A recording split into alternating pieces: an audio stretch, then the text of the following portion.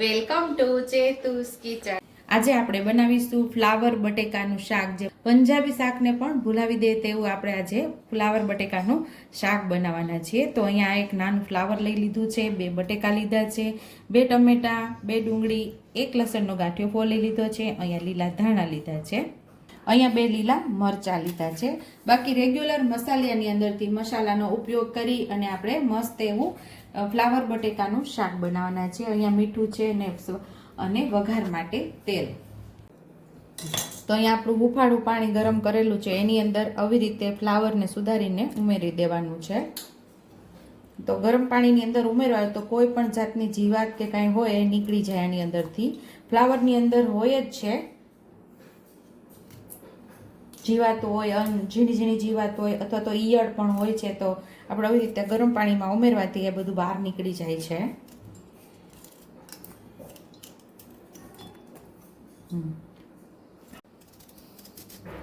બટેકાને આપણે છોલી લીધા છે અને લાંબી લાંબી ચિપ્સમાં આપણે સુધારી લેવાના છે આવી રીતે।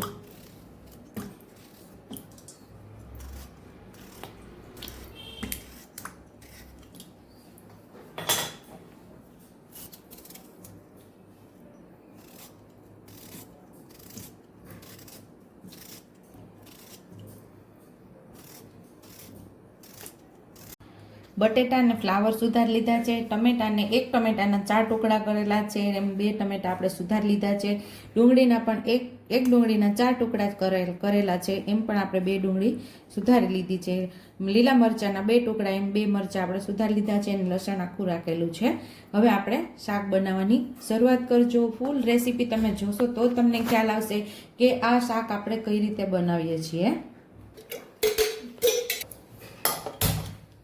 અહીંયા આપણે 4 નાના ચમચા જેટલું તેલ ઉમેરેલું છે અને તેલને આપણે સરસ ગરમ કરવાનું છે।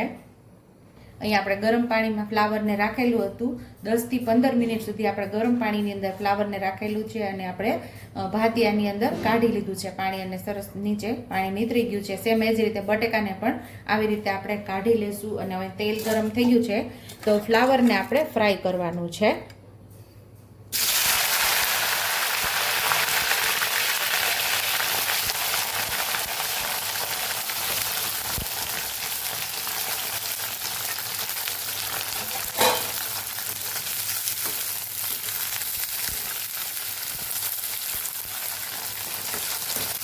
ફ્લાવરને આપણે મસ્ત ફ્રાય કરી લેવાનું છે।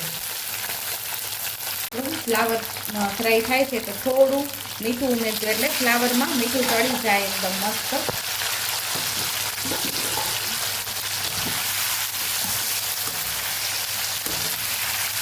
હજી આપણે આને કરવાનું છે એકદમ।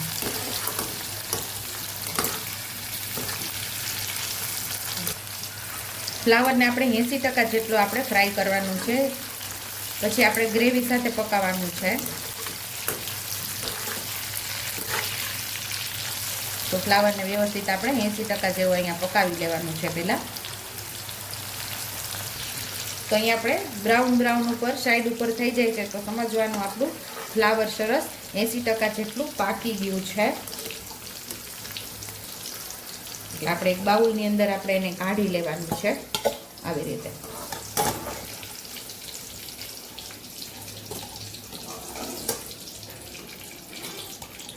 સેમ આ જ રીતે બટેકાને પણ આપણે ફ્રાય કરવાના છે।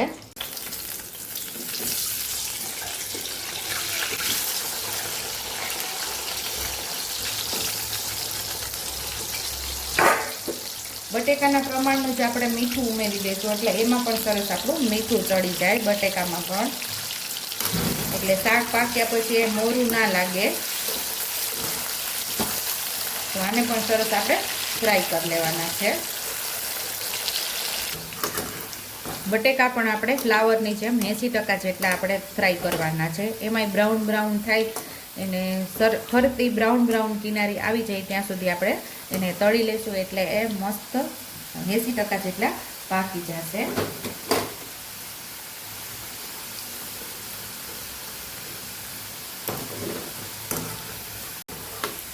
તો આપણા બટેકા પણ ફરતે કિનારી બ્રાઉન થઈ ગઈ છે। હવે આપણે પાછું પીલરથી જોઈ લેશું. મસ્ત એવા આપણા 80% જેટલા બટેકા પાકી ગયા છે. તો બાઉલની અંદર આપણે આને પણ કાઢી લેવાના છે. જો બધા બટેકાની અંદર બ્રાઉન બ્રાઉન કિનારી થઈ ગઈ છે. તો હવે આપણે આને બાઉલની અંદર લઈ લઈશું.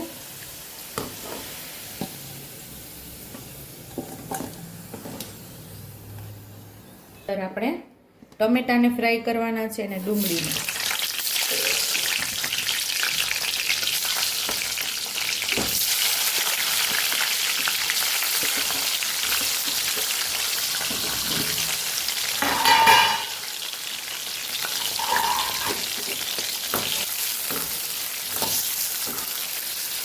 આ બધું સોફ્ટ થાય ને ત્યાં સુધી આને આપણે તેલની અંદર સાતળવાનું છે.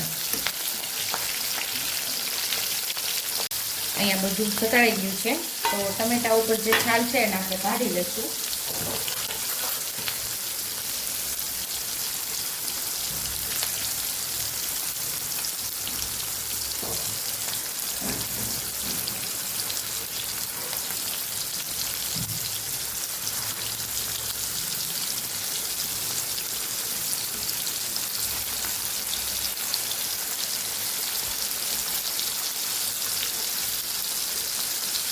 હવે આ શાકને તમે બે રીતે બનાવી શકો છો. પાઉંભાજી મેસરથી તમે આની જ અંદર મેશ કરી અને શાકને ઉમેરી અને મસાલો કરી શકો છો. પણ આપણે આજે એવું નથી કરવાના. બધું શાકભાજી જે તળેલું છે, એટલે કે જે આપણે ડુંગળી, ટમેટા અને મરચાંને તળ્યા, લસણને, એ બધું ડીશની અંદર લઈ અને મિક્સર જારમાં આપણે આની પ્યુરી કરવાની છે, એટલે કે ગ્રેવી તૈયાર કરી લેવાની છે. બધું મસ્ત એવું તળાઈ ગયું છે.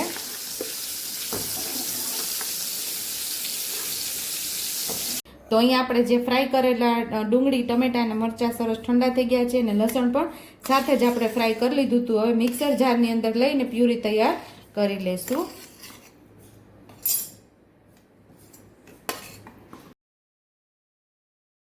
તો અહીંયા આપણે પ્યુરી તૈયાર કરી લીધી છે.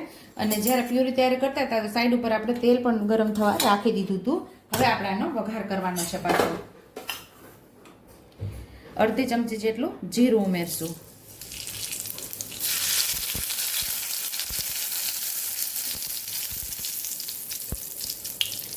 આપણે જે તેલની અંદર શાકભાજી તળેલું છે એ જ તેલ છે. અને 5 ચમચી જેટલી હિંગ ઉમેરશું. ગેસ ધીમો કરી અને આપણે આમાં પ્યુરીને ઉમેરી દેવાની છે.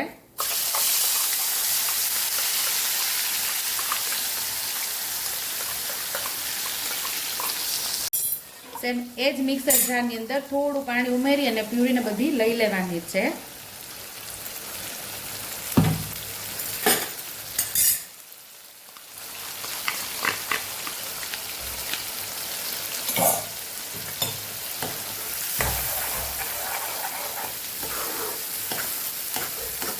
ગ્રેવીને આપણે સરસ સાતળવાની છે. હવે આપણે અહીંયા બધા મસાલા કરી લેશું.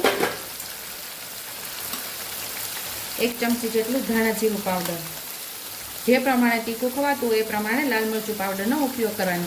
1 ચમચી જેટલું લાલ મરચું પાવડર. અડધી ચમચી જેટલી હળદર. મીઠું આપણે બાફવામાં ઉમેરેલું હતું, એટલે આપણે જ્યારે ફ્રાય કર્યું શાકભાજી એમાં ઉમેરેલું. હવે આપણે ગ્રેવી પૂરતું ઉમેરશું.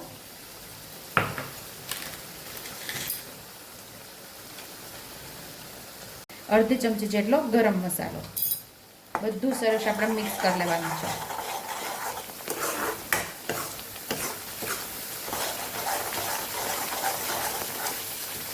આપણે જે પાણી ઉમેરેલું એ બળી જાય, તેલ સરસ છૂટું પડી જાય ત્યાં સુધી આપણને સાતળવાની છે ગ્રેવીને. થોડા લીલા ધાણા સાથે ઉમેરશું એટલે મસ્ત એવો સ્વાદ આવશે શાકની અંદર.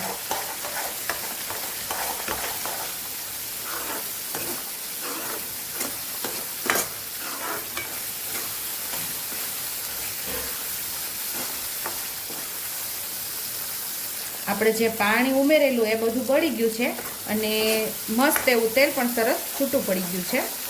અને હવે આપણે આની અંદર શાકભાજી જે તળેલું છે એ ઉમેરી દેવાનું છે.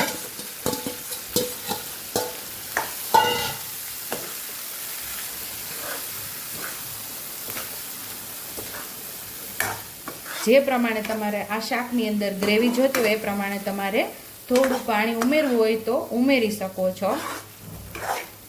માત્ર 1 જ મિનિટ ગ્રેવી સાથે રાખશું એટલે મસાલો સરસ આપણા શાક ઉપર ચડી જાય અને એકદમ ટેસ્ટી આપણું શાક બની જાય. તો અહીંયા આપણું ફ્લાવર બટેકાનું શાક રેડી છે. ફરતે જો તેલ પણ સરસ છૂટું પડી ગયું છે. તો તમારે રસો જોતો હોય તો અહીંયા પાણી ઉમેરવાનું છે અને સાવ સૂકું શાક બનાવવું હોય તો આવી રીતે ગ્રેવીવાળું શાક તમે બનાવી શકો છો. તો અહીંયા આપણે હવે ગેસ બંધ કરી દઈશું અને સર્વિંગ બાઉલમાં હવે આપણે સર્વ કરી લઈશું. તો તૈયાર છે અહીંયા આપણું ગ્રેવીવાળું ફ્લાવર બટેકાનું શાક. ઉપરથી લીલા ધાણાથી આપણે ગાર્નિશ કરી દઈશું.